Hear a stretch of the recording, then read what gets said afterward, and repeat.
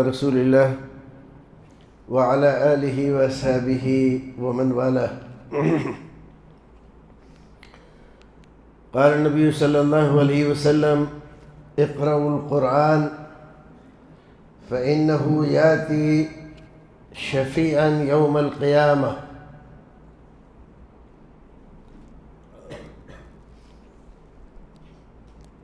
رسول اکرم صلی اللہ علیہ وسلم ارشاد فرماتے ہیں کہ قرآن شریف کی تلاوت کیا کرو، قرآن کو زیادہ پڑھا کرو، کیونکہ یہ قرآن قیامت کے دن تمہارا سفارشی بن کر آئے گا اللہ کے سامنے۔ اس سلسلے میں اور بھی کئی احادیث ہیں۔ ایک حدیث میں یہ بھی ذکر کیا گیا کہ سورہ بقرہ اور آل عمران قرآن شریف کی باقی سورتوں کے آگے ہوں گی، اور جو آدمی ان کو زیادہ پڑھتا تھا اس کی طرف سے اللہ رب العزت سے حجت کریں گی کہ اللہ رب العزت یہ اچھا آدمی تھا، ہماری تلاوت کرتا تھا، نیک تھا، ایسا تھا، ویسا تھا، لہذا اس کے گناہ معاف کر دیے جائیں اور اس کو جنت میں جگہ دے دی جائے۔ ظاہر ہے کہ قرآن اللہ کا کلام ہے، اس کا مرتبہ، اس کی فضیلت، اس کا درجہ ظاہر ہے کہ ہر چیز سے بڑھ کر ہے۔ جب اللہ کا کلام خود ہی اللہ رب العزت سے درخواست کرے گا کہ ہم اس بندے کی سفارش کرتے ہیں، اس کو جنت میں جگہ دے دی جائے، تو اللہ رب العزت اس سفارش کو رد نہیں کرے گا۔ یہ صحیح حدیث ہے بخاری مسلم کی۔ لیکن آج آپ دیکھیے کہ امت مسلمہ کا اکثر حصہ، بلکہ یوں کہا جائے بڑا حصہ، ایسے پیروں فقیروں کے چکر میں لگا ہوا ہے جو نماز نہیں پڑھتے، ٹھیک سے روزہ نہیں رکھتے، اسلامی احکام سے واقف نہیں ہے، ان کو وضو کرنا اور غسل کرنا نہیں آتا، سلفا اور گانجا پیتے ہیں، لیکن لوگوں کو ایسا بہکا رکھا ہے کہ ہم فلاں سلسلے سے ہیں، ہمارے مرید ہو جاؤ تو قیامت میں ہم تمہیں جنت میں لے چلیں گے، ہمارے جھنڈے کے نیچے رہنا قیامت میں۔ تو انہوں نے یہ بتا رکھا ہے کہ قیامت میں ہمارا جھنڈا ہوگا، کیونکہ ہمارا سلسلہ بہت اعلیٰ ہے، قادریہ، سہروردیہ، جنیدیہ، برکاتیہ، الگ الگ نام سے بہت سارے سلسلے بنا رکھے ہیں، اور اس درمیان میں جتنے نام آتے ہیں ان ناموں کو لکھ کر اور من مانے ان کے فضائل ذکر کر کے ایک شجرہ بناتے ہیں۔ قرآن نہیں پڑھتے، روزانہ شجرہ پڑھتے، شجرہ پڑھتے ہیں کہ جب ان کو یاد کرو گے یہ قیامت میں تمہیں یاد کریں گے۔ قرآن پڑھنے سے روکتے ہیں اور قرآن شریف کے احکام کو سمجھنے کے لیے سخت منع کرتے ہیں۔ جیسے قرآن کو کون سمجھ سکتا ہے؟ سمجھنے والے سمجھ گئے، اب کوئی نہیں سمجھ سکتا۔ قرآن شریف کو سمجھنا تو بہت مشکل ہے، تلوار کی دھار پہ چلنا ہے۔ اب ظاہر ہے کہ تلوار کی دھار پہ تو ہم چل نہیں سکتے، لہذا قرآن بھی نہیں سمجھ سکتے۔ کتنے افسوس کی بات ہے کہ اس ہندوستان میں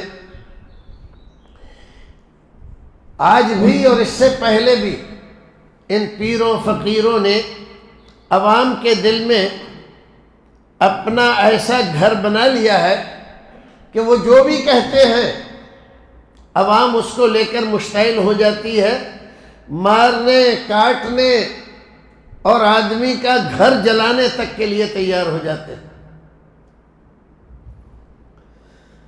اس ہندوستان میں سب سے پہلے قرآن شریف کا ترجمہ فارسی زبان میں جس نے کیا، اس شخصیت کا نام ہے شاہ ولی اللہ بن عبد الرحیم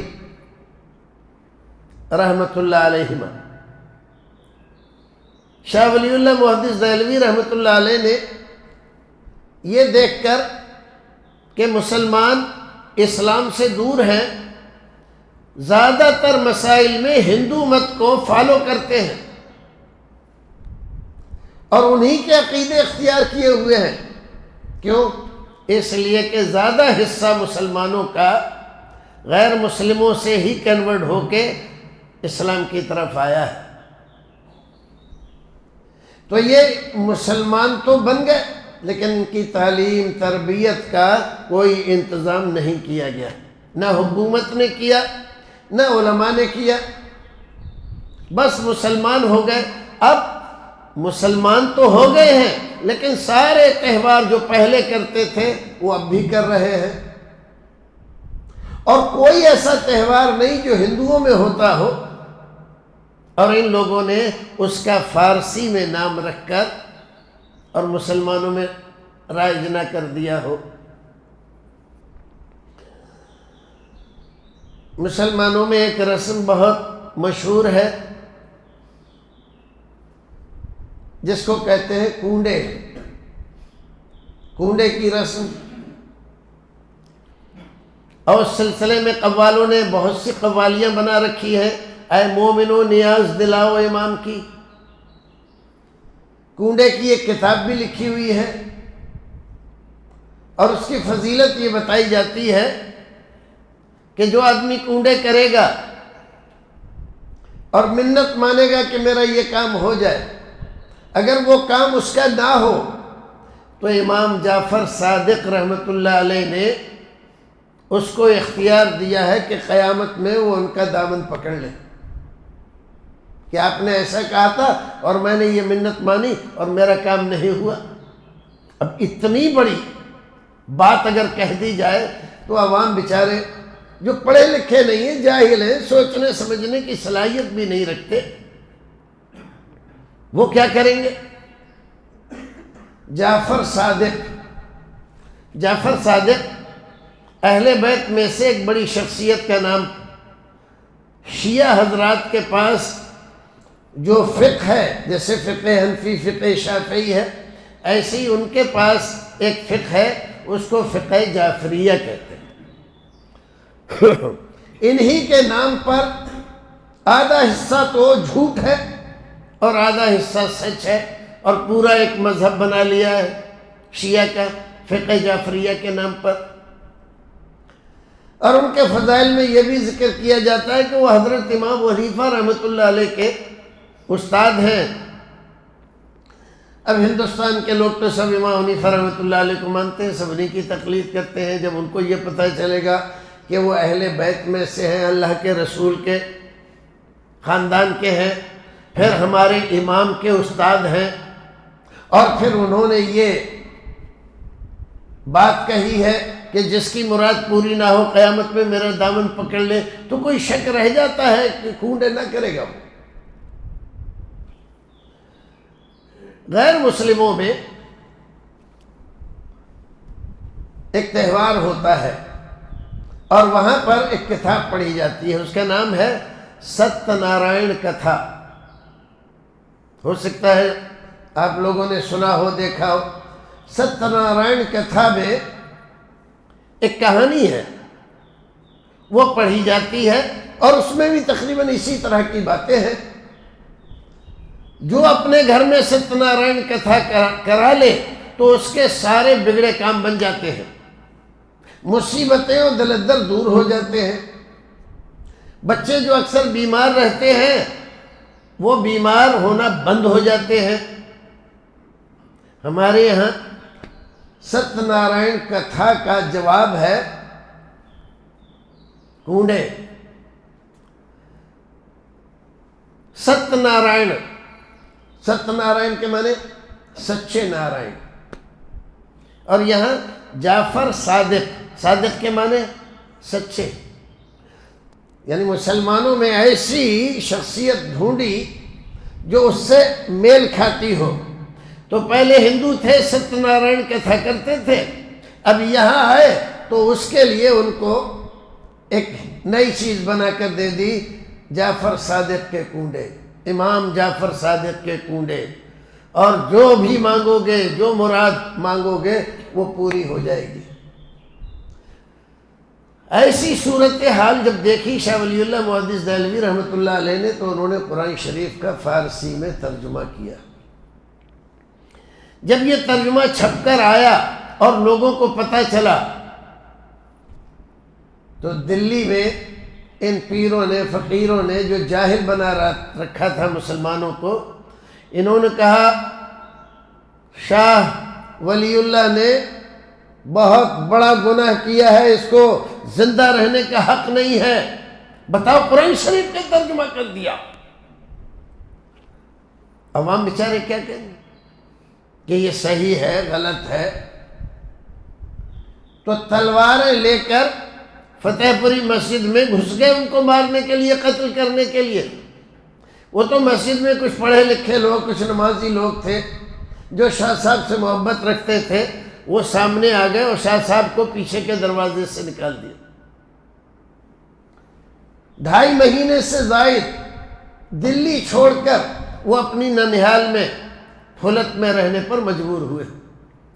جس قوم کا یہ حال ہو کہ اتنے بڑے عالم کو